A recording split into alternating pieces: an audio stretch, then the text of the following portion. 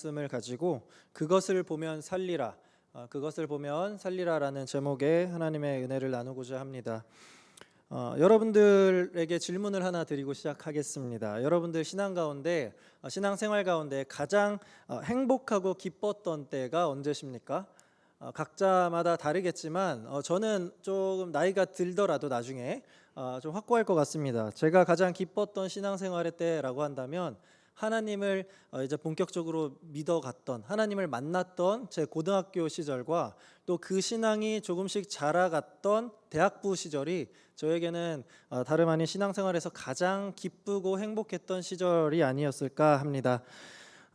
이렇게 제가 가장 좋았던 신앙의 때를 여쭤보는 것은 반대로 표현하면 우리가 신앙생활을 하더라도 가장 좋았을 때가 있던 반면에 때로는 힘들고 지칠 때가 분명히 우리에게 있다라는 거죠. 하나님을 처음 알게 된 순간 너무너무 기쁘고 행복했습니다. 나를 구원해 주셨다라는 사실을 알고 믿고 나서는 더없이 행복했고 그 교회 안에서 자라고 성장할 때가 너무나도 기뻤지만 어느 순간 하나님이 왜 나를 구원해 주셨다면서 이렇게 힘들게 하시는가라고 하는 때도 분명히 있었다라는 말이죠. 그렇게 삶의 힘겨운 때를 겪다 보면 하나님의 생각과 내 생각이 조금 다를 때가 있다라는 것을 우리는 깨닫게 됩니다. 그러한 순간을 마주칠 때 예컨대 좀 극단적으로 얘기해서 11조 얘기를 한번 해볼게요. 경제적으로 좀 어려움을 겪고 있는데 내가 이것을 차라리 11조를 안 내고 가상화폐나 주식에 투자하면 내 삶이 조금 더 윤택해질 텐데 그래도 신앙을 지켜야겠다 하고 헌금을 했는데도 내 삶이 전혀 나아지지 않고 더 힘겨워져 가는 그러한 경우들이 우리에겐 종종 있더라는 말이죠. 그러한 때에 신앙이 약하신 분들은 점점 교회 생활을 안 하게 되고 예배자의 생활을 놓게 됩니다. 그러다 보면 내가 하는 일이 옳은 것인지 내 신앙생활의 정체성을 혼란을 겪고 그런 삶을 살게 되기도 한다는 거죠. 하나님이 나를 힘들게 하시는 것만 같을 때, 하나님이 원망스러울 때, 그런 때가 우리에게는 살다 보면 분명히 있게 됩니다. 그러면 그러한 때에 성도로서, 믿는 자로서 어떠한 삶의 자세를 가져야 하느냐라는 거죠. 저는 그러한 생각을 하면서 오늘 이 말씀 민수기 21장 4절에서 9절 말씀을 함께 나누면 좋겠다라고 생각했습니다. 여기서 오늘 말씀에서 하나님을 향해 또다시 원망을 하는 그 이스라엘 백성들의 모습을 보면서 하나님의 자녀인 우리가 고난 속에서도 가져야 하는 태도, 우리가 평소에 꼭 기억하며 살아야 하는 하나님이 우리에게 부어주신 은혜가 무엇인지를 이 시간 함께 나누어 보기를 소망합니다. 제가 PPT 넘길게요. 먼저 언제나 우리는 하나님의 은혜 가운데 살고 있다라는 사실을 분명히 기억해야 할 필요가 있습니다. 언제나 하나님의 은혜 가운데 살고 있음을 기억해야 한다. 민수기 21장은요 이제 이스라엘 백성들이 40년의 긴 가나안 이 광야 생활을 마치고 드디어 젖과 꿀이 흐르는 그 약속의 땅, 하나님께서 주시기로 약속한 가나안 땅에 드디어 본격적으로 입성을 하는 장, 그게 바로 21장입니다. 이스라엘이 이제 드디어 우리는 끝났구나, 이제 가나안으로 가서 편하게 살면 되는구나, 이러한 생각을 할 때라는 거죠. 우리가 아직 이 부분 읽지는 않았지만 앞의 내용, 이 1절에서 3절까지의 내용을 보면요, 이스라엘이 이제 가나안 땅의 가장 아랫지역, 이 광야에서부터 올라가니까 가장 아래 지역을 만나게 되겠죠. 가장 밑에 있는 이제 아랏이라는 곳에 왕과 싸우게 됩니다. 그때 하나님을 의지해서 승리를 거두게 되죠. 그러니까 첫 가나안에서의 첫 전쟁을 승리로 거두게 됩니다. 그렇게 되니까 이제 앞으로 이어질 스토리의 내용이 대충 기대가 됩니다. 이제 이스라엘이 가나안 땅을 차츰차츰 정복하면서 가나안 땅을 확장하겠구나라는 기대감을 들게 하는데요. 그런데 그 좋았던 분위기에서 갑자기 4절로 넘어오면서 엉뚱하게 분위기가 전환되기 시작합니다. 우리 이 말씀 한번 볼 텐데요. 4절 말씀 함께 읽도록 하겠습니다. 시작. 백성이 호르산에서 출발하여 홍해 길을 따라 에돔 땅을 우회하려 하였다가 길로 말미암아 백성의 마음이 상하니라. 자, 일단 가나안 땅에서의 전투가 시작된 다음에 정해진 길에 따라서 가나안 땅으로 이제 들어가면 되는 줄 알았습니다. 그런데 길을 가다 보니까 어떠한 땅을 만나게 되느냐? 바로 에돔 땅을 만나게 됩니다. 에돔. 에돔이 어디냐라고 한다면 에돔은 이 과거에 이스라엘의 조상이었던 야곱의 쌍둥이 형 이름이 에서죠. 이 에서의 후손이 에돔 족속이 됩니다. 그래서 이제 이 에돔 땅을 지나가게 될 때 이스라엘 입장에서 모세 생각에서는 에돔은 그래도 우리의 형제 국가 아니냐? 우리가 이 에돔 땅을 이게 스무스하게 지나갈 수 있겠다 싶었다라는 거예요. 실제로 이 바로 앞장인 20장 14절을 보면 모세가 에돔 왕에게 이렇게 말을 합니다.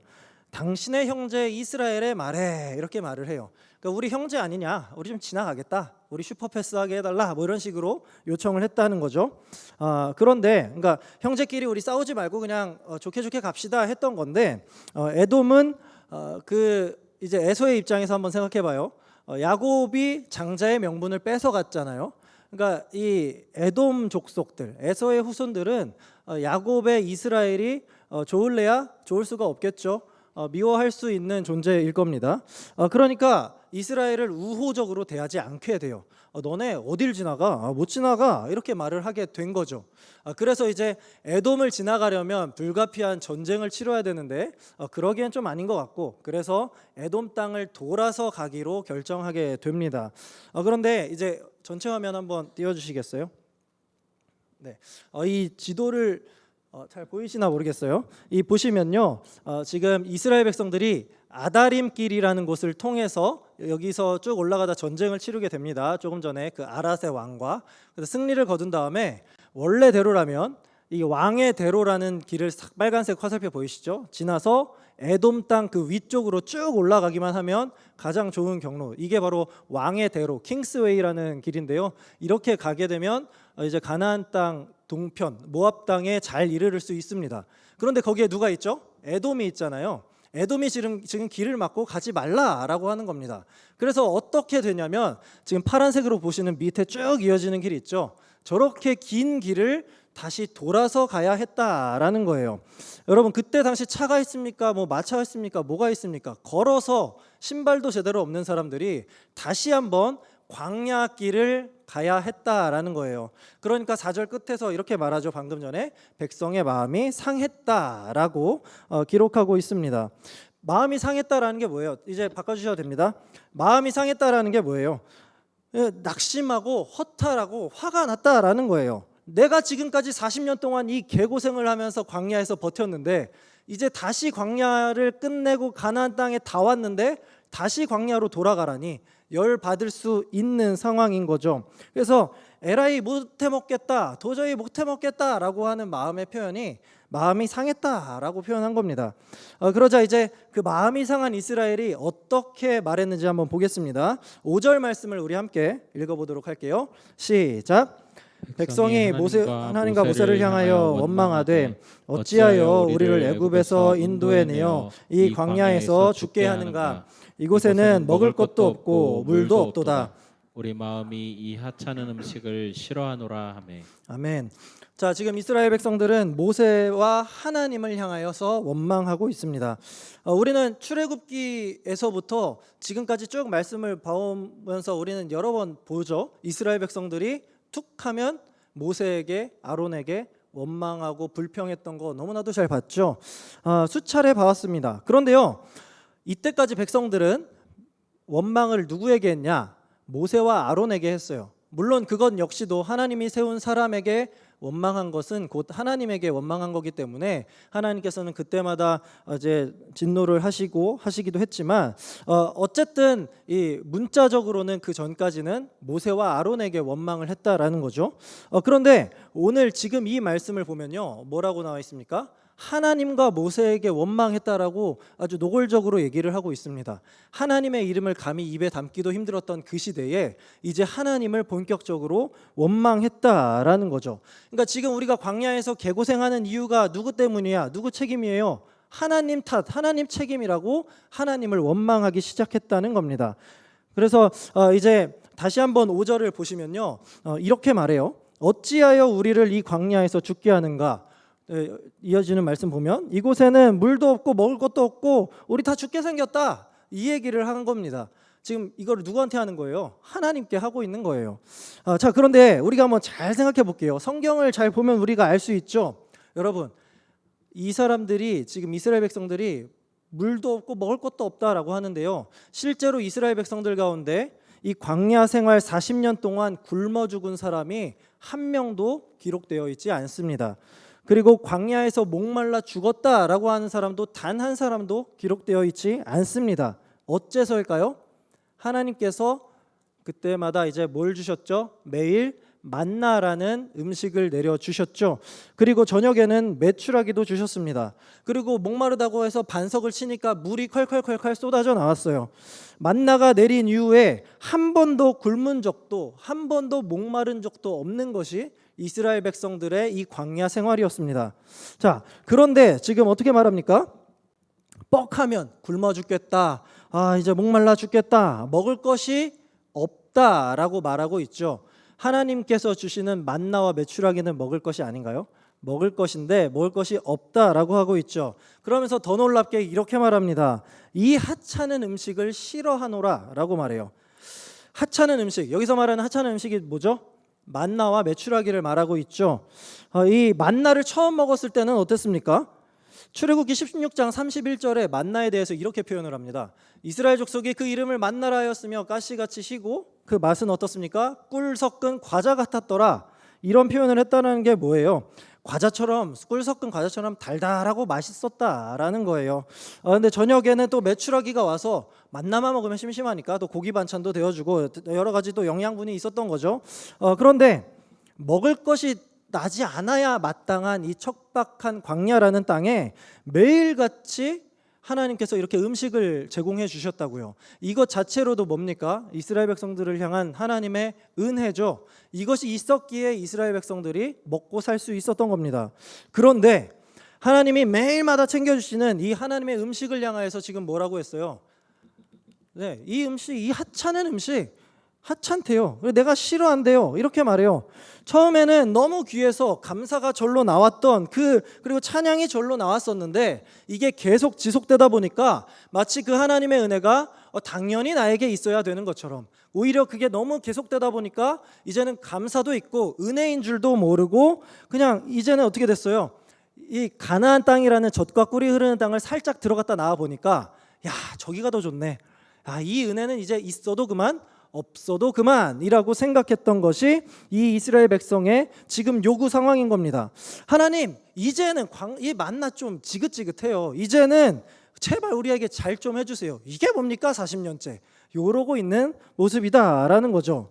그런데 여러분, 저희가 뭐 매번 이 이스라엘의 모습을 보면 참 놀랍죠. 어떻게 이럴 수가 있을까? 그런데 좀 돌아보면 이게 우리의 본성, 우리의 모습이라는 것을 알 수가 있습니다.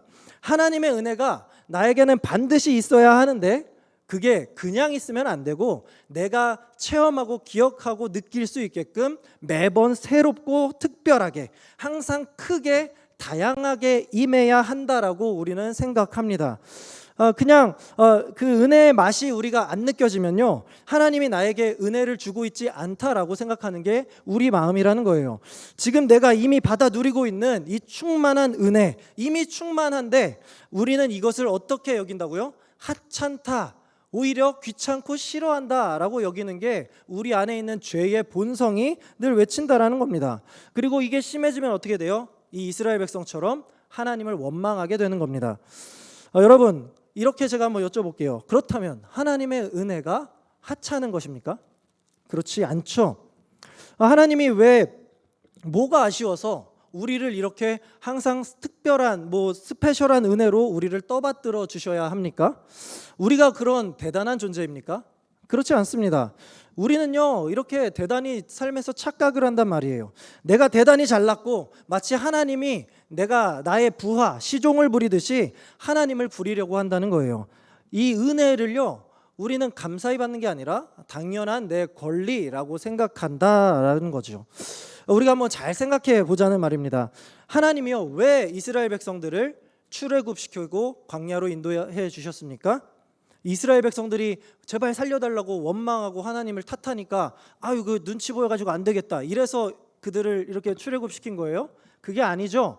그들을 통하여서 하나님이 영광받기 위해서 그들을 구원해 주신 겁니다. 하나님 편에서 하나님의 영광을 위해서 하신 건데, 근데 이스라엘 백성들은 자꾸 착각하고 하나님이 이번에 저번에 도와줬는데 왜 이번엔 도와주지 않아? 당연히 도와줘야 되는데, 요렇게 뻔뻔하게 요구하고 있다는 거예요. 평소에 자기들이 먹고 살아가며 누리고 있는 모든 것들을 하찮은 것으로 여긴 채 말입니다. 하나님은요, 우리 하나님은 우리에게 많은 것을 주시죠. 그리고 우리의 뻔뻔한 것들을 다 참으십니다. 다 참으시는데, 하나님은 당신의 은혜를 누리고 먹고 살면서도 그 은혜에 전혀 감사할 줄 모르고 오히려 그거를 하찮게 여기는 자들에게는 하나님은 어떻게 하시느냐? 진노하십니다. 우리 6절 말씀을 함께 읽어보도록 하겠습니다. 시작. 여호와께서 불뱀들을 백성들에 보내어 백성을 물게 하심으로 이스라엘 백성 중에 죽은 자가 많은지라.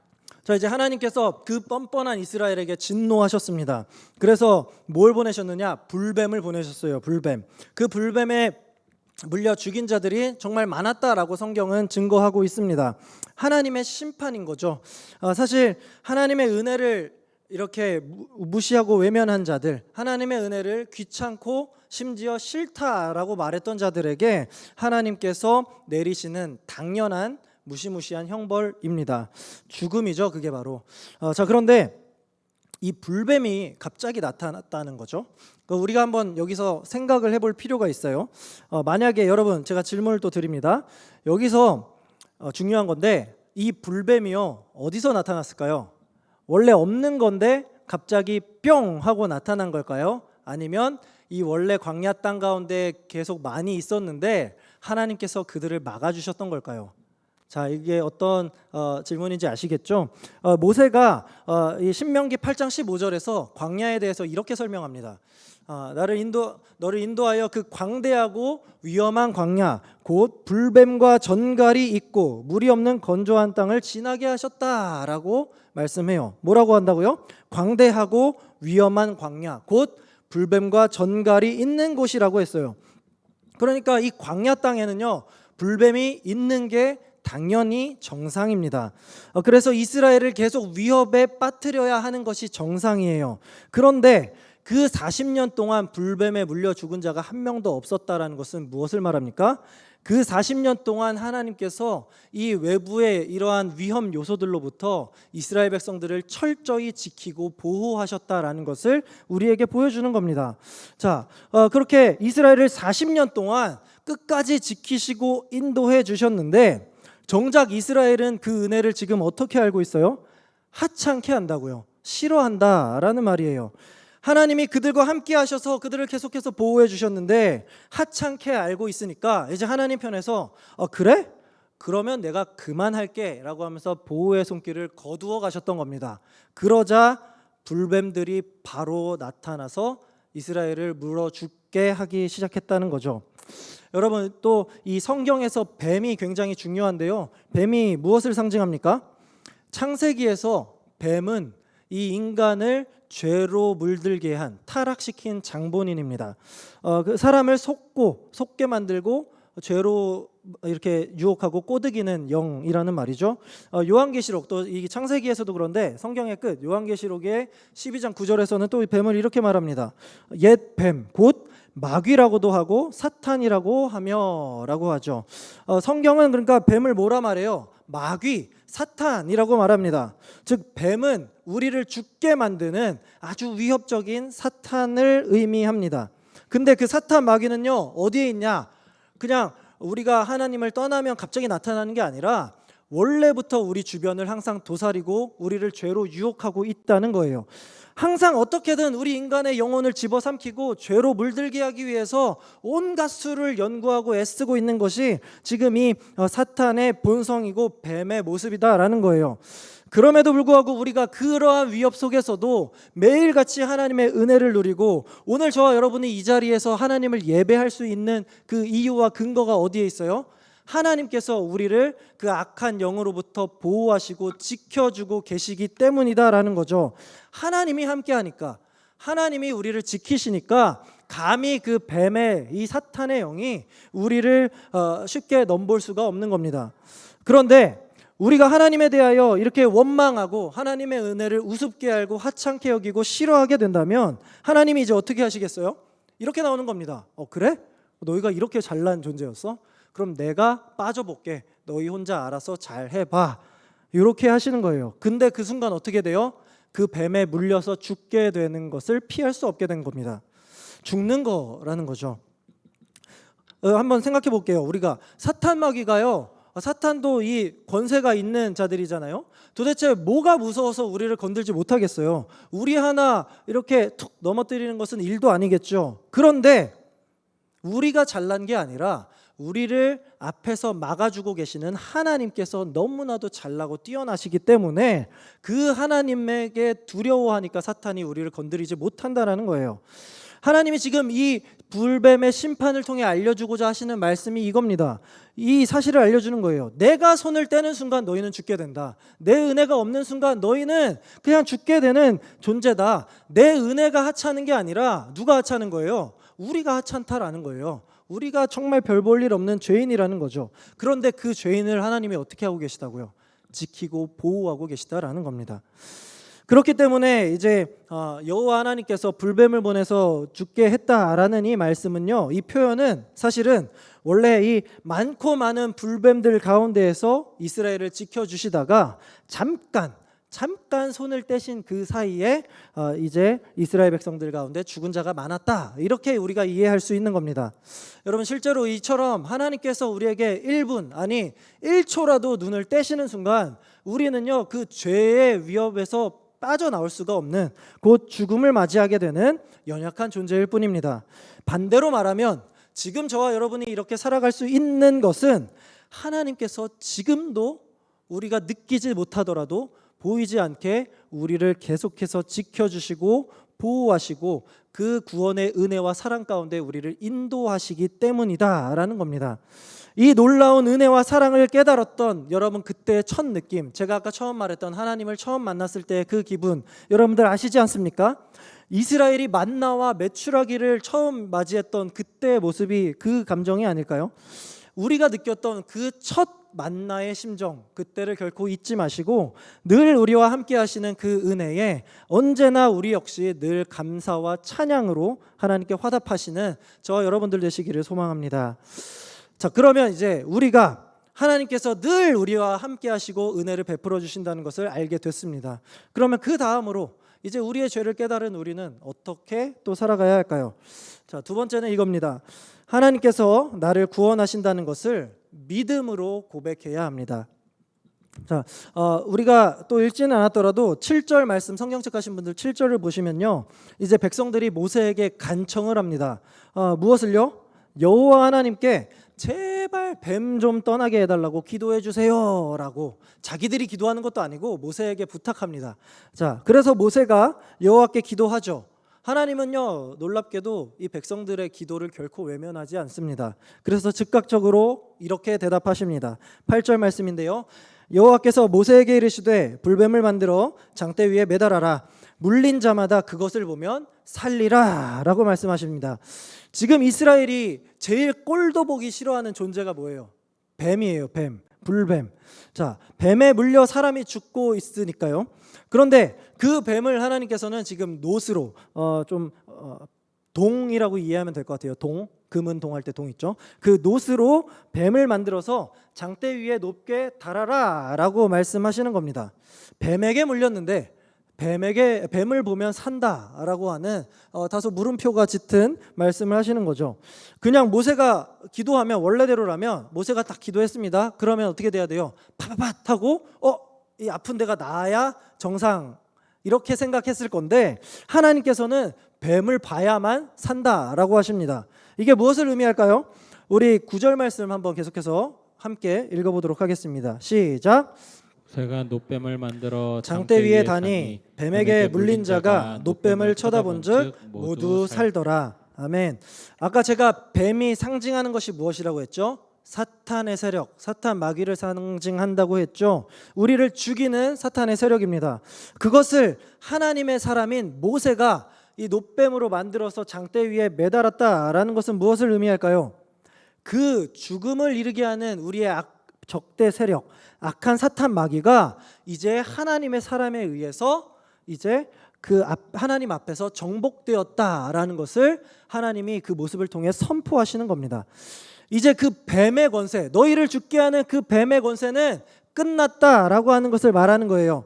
이미 그 사탄의 권세가 하나님 앞에 종결되었다. 이제 불뱀이 이 놋뱀처럼 동을 이렇게 녹여서 만든 것처럼 완전히 굳어버렸다, 죽어버렸다라는 거죠. 자, 그런데 중요한 것은요, 그러면 이제 다 살아야 되잖아요. 불뱀이 놋뱀이 됐으면 원래 끝나야 되는 거잖아요. 그런데 하나님이 중요하게 요구하시는 것이 뭐냐라는 거죠. 그 불뱀을 봐라 라고 하는 거죠. 자, 하나님께서 우리에게 뭘 요구하시냐? 자기 말씀에 대한 믿음, 구원에 대한 믿음을 우리에게 요구하고 계시다라는 거예요. 잘 생각해 보면요, 지금까지 이스라엘 백성들은요, 무언가를 필요하다고 하나님께 계속 징징거리고 떼쓰면서 할 때 하나님께서 어떻게 하셨어요? 모세를 통해서 즉각적으로 들어주셨습니다. 단 한 번도 이스라엘 백성들에게 어떠한 것을 요구하신 적이 없으세요. 그런데 그런 과정 속에서도 하나님께서 은혜를 베풀어 주셔서 이스라엘 백성들이 늘 그 은혜를 받아 누리고 먹었다라는 거죠. 불평불만은 그렇게 잘했으면서도 하나님의 은혜를 구하기 위해서 자기 자신들이 한 것은 아무것도 없었던 게 이스라엘 백성들의 모습입니다. 그런데 이제 하나님께서는요, 모세에게만 명령하시는 것이 아니라 이스라엘 전체에게 어떠한 것을 요구하십니다. 바로 놋뱀을 봐라. 저 놋뱀을 통하여서 나를 하나님께서 살리시고 치유하시고 구원하신다는 것을 믿는 믿음을 확실히 가지고 놋뱀을 보게 했다라는 거예요. 믿음으로 하나님 앞에 나아가라. 이것이 하나님께서 우리에게 요구하시는 가장 중요한 우리의 삶의 자세입니다. 이게 굉장히 중요한데요. 하나님께서는요, 우리를요 구원하시기 위해 야 제발 구원 좀 받아라 하면서 우리를 이렇게 끌고 가시는 분이 아니에요. 억지로 우리를 이렇게 땡기시는 분이 아니라고요. 하나님께서는 자, 이렇게 하면 너희가 구원을 얻을 수 있어 하면서 우리에게 기꺼이 그 말씀의 순종과 믿음을 요구하십니다. 그것을 우리가 거절한다면 그 구원의 은혜를 눈앞에 두고도 발로 차버리는 바보 같은 행동을 한다라는 거죠. 자, 여러분, 광야에서 제가 이 사진을 갖고 오려다 말았는데, 광야에서 이스라엘 백성들이 이제 진을 쳤던 모습을 보면 가운데에 성막이 있습니다. 성막. 그리고 이제 나머지 12개 지파가 그 성막을 둘러싼 채로 대형을 유지합니다. 그래서 이제 멈춰 있을 때 텐트들을 각자 피잖아요. 그 텐트가 다 장막을 향해 있어요. 그러니까 이스라엘 백성들이 그 뱀에 물린 사람도 좀 나와보세요 이렇게 해서 그 뱀 앞까지 가서 보는 게 아니라 자기 텐트만 열면 장막에 있는 이 뱀을 볼 수 있다라는 거예요. 그러니까 하나님께서 요구하시는 일은요, 굉장히 작고 굉장히 쉬운 일이에요. 그냥 나와서 좀 봐라. 보면 산다니까. 이게 다예요. 그런데도 그 행동을 하는 사람이 있고 하지 않는 사람이 있다라는 거죠. 놋뱀을 보는 사람은 산다라는 거죠. 자, 그 안에서 저희가 이제 상상의 나래를 펼쳐보면 이럴 수 있어요. 야, 지금 뱀에 물려 죽게 생겼는데 저가 놋뱀을 보면 산다고? 장난해? 이러면서 끝까지 그 자기만의 오기와 고집으로 안 나갔던 사람이 있었을 거란 말이죠. 그러나 믿음을 가지고 하나님께 나아갔던 사람들, 하나님이 저것만 보면 산다고 하셨으니까 한번 보자 이랬던 사람들은 다 살았다는 겁니다. 믿음으로 나아왔던 사람들이 살았다. 이것이 굉장히 중요한 포인트입니다. 믿음을 가지고 나가는 사람들에게 은혜를 주신다. 어떤 사람은요, 우리가 복음을 전할 때 이렇게 말하죠. 우리가 예수님 믿으면 살아요 라고 우리가 전해요. 예수 믿고 구원받으세요 라고 한다고요. 그런데 좀 나름대로 자기가 똑똑하다라고 생각하는 사람들은 어떻게 거부하냐면, 구원이 그렇게 쉬우면 누가 못해 그러면서 오히려 안 믿어요. 아니, 생각해보면 내 목숨 살리는 일인데 뭔가 그 구원을 얻는 과정이 좀 어렵고 까다로워야 정상 아닙니까? 그런데 우리 기독교의 진리는 그게 아니라고요. 우리는 뭐만 하면 살아요? 예수님만 믿으면 살아요. 이게 이 구약 시대 때부터 하나님께서 요구하셨던 딱 하나의 요구 사항입니다. 믿으면 산다라는 거죠. 그래서 우리 기독교는요, 남들이 볼 때 너네는 왜 이렇게 11조도 이렇게 많이 내고 헌금도 내고 매 시간을 주일에 갖다 바치고 교회 갖다 바치냐, 이렇게 살기 너무 어렵지 않냐라고 하는데요, 반대입니다. 기독교인으로 살아가는 것, 구원을 얻는 삶을 사는 것은요, 굉장히 어렵다 쉽다? 쉽다는 거예요. 하나님께서 우리를 지켜주신 그 가운데 우리가 믿음을 고백만 하면 된다라는 거예요. 자, 이게 바로 하나님을 거부하는 자와 하나님의 말씀을 믿고 순종하는 자의 결정적인 차이입니다. 이게 내 인생을요, 내가 주장하는 사람들, 내 생각대로 하는 사람들은 이제 하나님을 의지하지 않으니까 믿지 않는 거죠. 내가 너희에게 노뱀을 보여줄게, 이걸 보면 구원받게 해줄게, 너는 나 여호와 하나님의 말을 믿니? 이렇게 하나님께서 오늘날도 우리에게 여러 번 질문을 하십니다. 이 단순하고 쉬운 길에 우리가 yes라고 말하며 나아갈지 no라고 끝까지 고집부리며 살아갈지 우리가 선택 한번 해봅시다라는 거예요. 이에 대해서 우리 예수님께서는요, 이렇게 말씀하십니다. 요한복음 3장 14절인데요, 아주 유명한 말씀입니다. 이 말씀, 예수님께서 니고데모라고 하는 이 유대인에게 구원이 무엇인지 설명하면서 하시는 말씀, 곧 우리에게 오늘날 해주시는 말씀입니다. 함께 읽어볼까요? 시작. 모세가 광야에서 뱀을 든 것 같이 인자도 들려야 하리니. 아멘. 자, 지금 모세가 광야에서 뱀을 든 것 같이 인자도 들려야 한다라고 말해요. 인자, 누구 말하는지 알죠? 예수님입니다. 예수님이 근데 어디에 들려요? 십자가에 들려야 한다라는 거예요. 자, 예수님께서 십자가에 들렸다. 십자가가 뭐예요, 여러분? 이때 당시의 1세기의 분위기를 살펴보면 십자가는 그 당시 최악의 가장 고통스러운 형벌의 도구, 사형의 도구였습니다. 그런데 그 도구 위에 누가 달리시느냐? 인자, 예수님이 달리셔야 한다라는 거예요. 그리고 이어지는 15절입니다. 이는 그를 믿는 자마다 영생을 얻게 하려 하심이니라. 그를 믿는 자, 십자가에 달린 그 인자를 믿는 자마다 영생을 얻게 한다는 거예요. 저 노뱀을 쳐다보는 자마다 구원을 받은 것처럼 그 마음을 결단하고 믿음을 가진 자마다 구원을 얻었던 그 구약의 말씀처럼 예수 그리스도를 믿는 자는 이제 영생을 얻게 된다라고 하신 것이 예수님의 가르침입니다.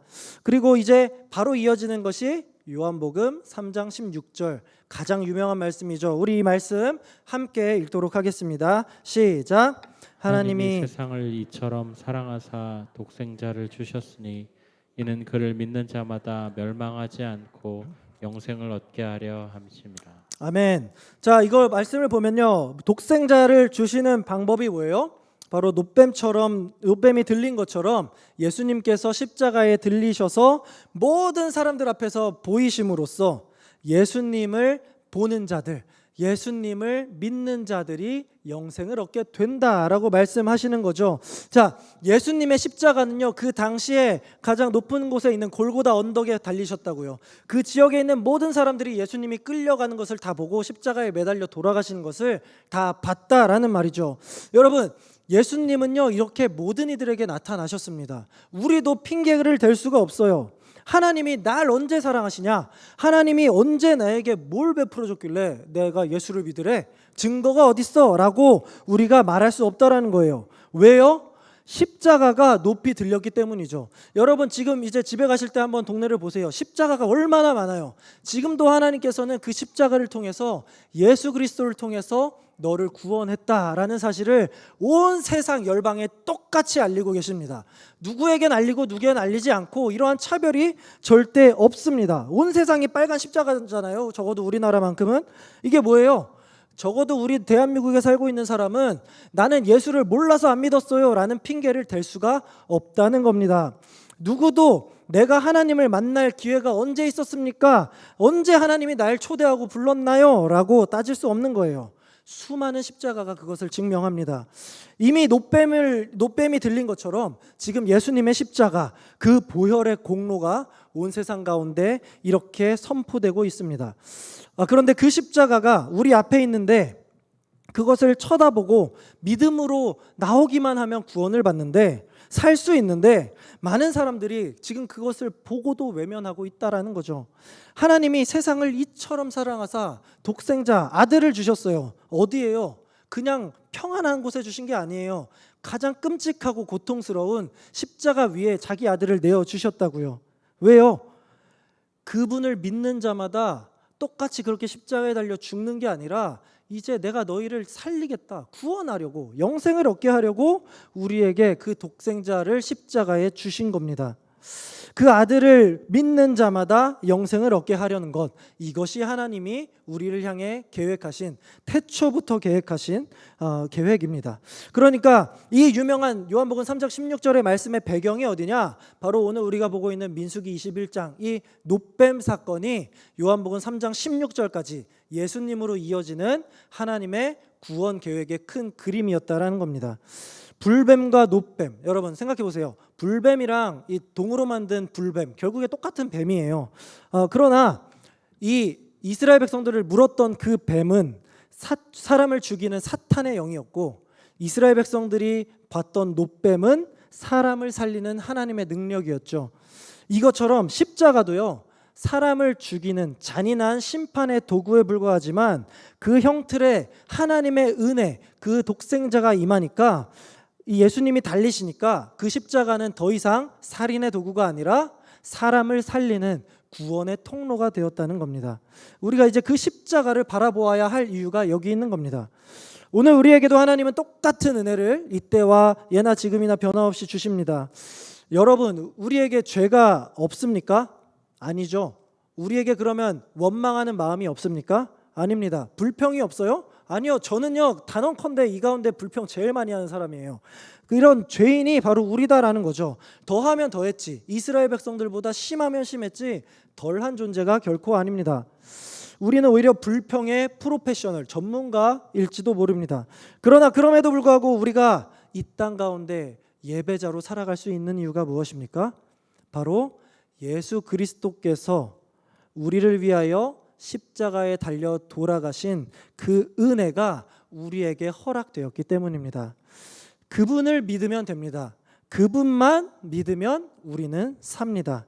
이 믿음의 고백만이 우리를 구원에 이르게 한다는 사실을 꼭 기억하시고 그 십자가만을 붙잡고 살아가시는 저와 여러분들 되시기를 소망합니다. 말씀을 마무리하도록 하겠습니다. 사람이 가장 행복한 때를 조사한 표를 제가 인터넷에서 본 적이 있습니다. 반주는 조금만 늦게 해주세요. 제가 이제 인터넷에서 사람이 언제 가장 행복을 느끼냐라는 표를 봤는데 1위는 범죄니까 절대 따라하지 마세요. 마약을 했을 때가 1위라고 합니다. 그리고 2위가 언제냐라고 하면 썸 타던 이성과 이제 교제가 확정됐을 때, 내 고백이 받아들여졌을 때가 가장 행복한 순간이라고 하더라고요. 이 누군가 내 사랑이 처음으로 탁 시작된 그 순간이 가장 행복하다라는 겁니다. 그러면 여러분이 하나님과의 사랑이 처음 시작됐을 때, 여러분이 하나님께 처음 딱 빠졌을 때가 언제십니까? 하나님을 처음 인격적으로 만나고 그분이 나를 위해 돌아가셨고 나를 살리셨구나라고 느꼈던 그 첫 때가 언제냐라는 겁니다. 그때 기분이 어땠어요? 너무나도 설레고 감사하고 교회 가는 것 자체가 신나지 않았던가요? 우리의 죄는요, 자꾸만 하나님과 사랑에 빠졌던 그 첫 감정을 잊게 만듭니다. 망각하게 만들어요. 그러다 보니까 우리가 신앙생활 가운데 조금만 힘든 것이 있어도 하나님이 나에게 은혜를 주고 계시지 않아, 하나님이 나를 힘들게만 해라고 쉽게 원망하고 교회를 떠나기도 하고 신앙 가운데 슬럼프에 빠지기도 하는 겁니다. 그러나 여러분, 우리는 하나님의 그 사랑을 쉽게 잊고 가볍게 여길지언정 하나님은 단 한순간도 우리를 놓으신 적이 없고 그 은혜를 어느 때는 크게 주고 어느 때는 적게 주고 이랬던 적이 단 한 번도 없으시다는 것을 기억해야 합니다. 왜요? 하나님은 이미 자신이 줄 수 있는 최고의 것인 예수 그리스도 독생자를 우리에게 다 내어주셨기 때문이에요. 그래서 이제 그 십자가, 세상 가운데 높게 들린 십자가를 통해서, 그리고 그 십자가가 존재하는 교회를 통해서, 그리고 그 교회의 예배 시간, 설교 말씀을 통해, 그리고 여러분들이 가지고 계신 주신 이 성경 말씀을 통해서 지금도 변함없이 우리에게 동일하게 이 은혜를 내려주고 계십니다.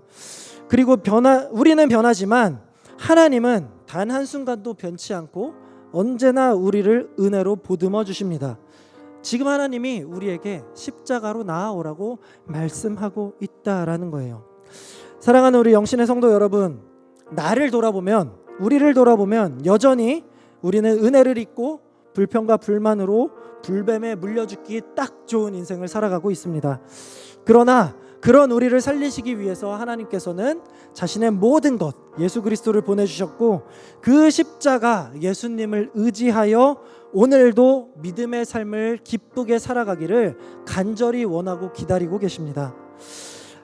이 놀라운 사랑과 은혜 덕에 우리가 지금 이 땅 가운데 살아있고 예배자로 서 있을 수 있다라는 것 꼭 기억하시고, 놋뱀을 바라본 즉 살리라 라고 하셨던 것처럼 이제 십자가만 바라보며 살아가는, 그렇게 생명을 전하며 살아가는 하나님의 백성이요 주님의 제자된 저와 여러분들 되시기를 주님의 이름으로 간절히 소망합니다. 아멘. 우리 시간 무엇이 변치 않아 십자가 함께 찬양하시겠습니다.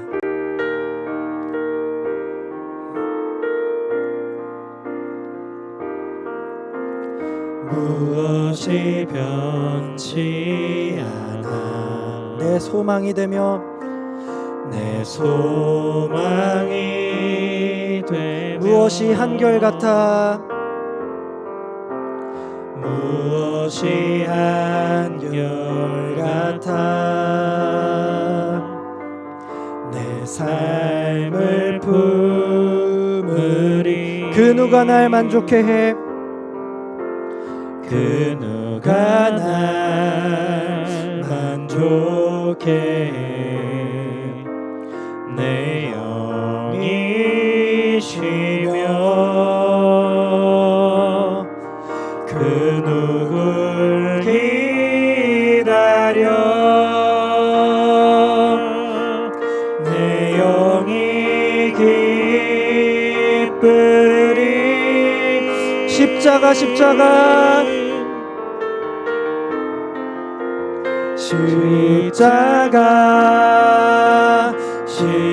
십자가 그 그늘 아래 내 소망이 있네 십자가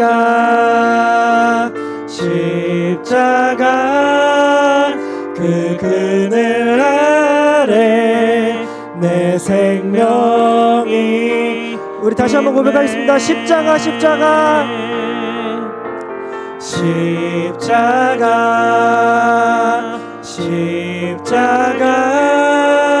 그 그늘 아래 내 소망이 있네 십자가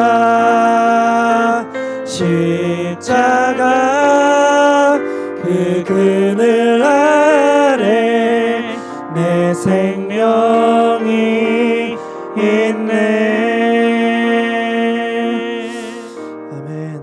여러분, 그 십자가의 그늘 아래에만 우리의 생명이 있고 우리의 소망이 있음을 믿으시기 바랍니다. 우리 시간 말씀을 생각하며 함께 기도하기 원합니다. 우리가 이 십자가 아래 항상 살아갑니다. 교회만 나와도 십자가를 늘 보죠. 길거리만 걸어도 십자가를 늘 봅니다. 그러나 우리는 저 놋뱀을 보면 살리라 라고 말씀하셨을 때 혹 무슨 놋뱀을 보면 살아 라고 불평불만했던 그들 가운데 한 사람이 아니었나 우리를 돌아보기 원합니다. 그러나 이제는 우리가 이 모든 것을 돌이키고 회개하면서 언제나 나를 보호하시고 나를 지켜주셨던 그 하나님의 은혜 가운데 이제는 다짐하며 나아가기 원합니다. 이제 그 십자가 아래에만 살고 십자가 아래에만 붙들고 나아가겠다고, 십자가의 삶을 살겠다고 다짐하는 시간 되길 원합니다. 그래서 우리가 이 두 가지 기도 제목으로 기도하기 원하는데요, 먼저 언제나 나를 보호하시고 지켜주셨던 그리고 인도하셨던 하나님의 은혜 가운데 살고 있다라는 사실을 꼭 기억하며 살게 하소서. 하나님께서 그리스도의 십자가를 통해 나를 구원하셨다는 사실을 분명하게 믿으며 십자가에 달리신 예수님만 바라보고 살아가는 구원받은 성도가 되게 해달라고 이 시간 이 말씀을 간절히 생각하면서 우리 간절히 기도하며 나아가겠습니다. 기도하시겠습니다. 감사합니다. 아버지 하나님 감사합니다. 우리가 이 시간 오늘도 하나님의 이 귀한 말씀을 통하여서 우리가 얼마나 하나님의 귀한 사랑과 은혜를 체험하며 살아가는지를 깨닫게 하시니 참으로 감사드립니다. 아버지 하나님, 우리는 어떤 자입니까? 원래는 그 불뱀에 물려 죽어 마땅한 사람이었습니다. 광야에 굶어 죽고 목말라 죽었어야 마땅한 사람입니다. 아니, 광야를 밟기도 전에 애굽에서 이미 고된 노동으로 죽었어야 되는 죄인일 뿐입니다. 그러나 하나님께서는 이스라엘 백성들을 출애굽시키셨고 광야에서도 먹이시고 입히시고 재우셨고 그들을 가나안에 인도하시는 하나님이었습니다. 하나님, 우리가 그 하나님께서 지금도 우리를 변함없이 사랑하시고 지키고 보호하신다는 것을 기억합니다. 하나님의 이 놀라운 은혜를 잊지 않게 하시고 늘 내가 하루하루 한날 한시 하나님의 은혜 가운데 살아가고 있음을 고백하며 하나님의 제자로서 자녀로서 살아갈 수 있도록 인도하여 주시옵소서. 아버지 하나님, 우리는 예수 그리스도의 십자가를 통해 구원받은 사람들입니다. 하나님의 자녀요 그리스도의 제자입니다. 이 사실을 분명하게 믿으면서 그 십자가에 달리신 예수님만 바라보며 예수님을 믿으며 십자가를 붙잡으며 살아가는 우리 모든 영신의 성도요 구원받은 우리가 될 수 있도록 하나님 인도하여 주시고 은혜를 더하여 주시옵소서.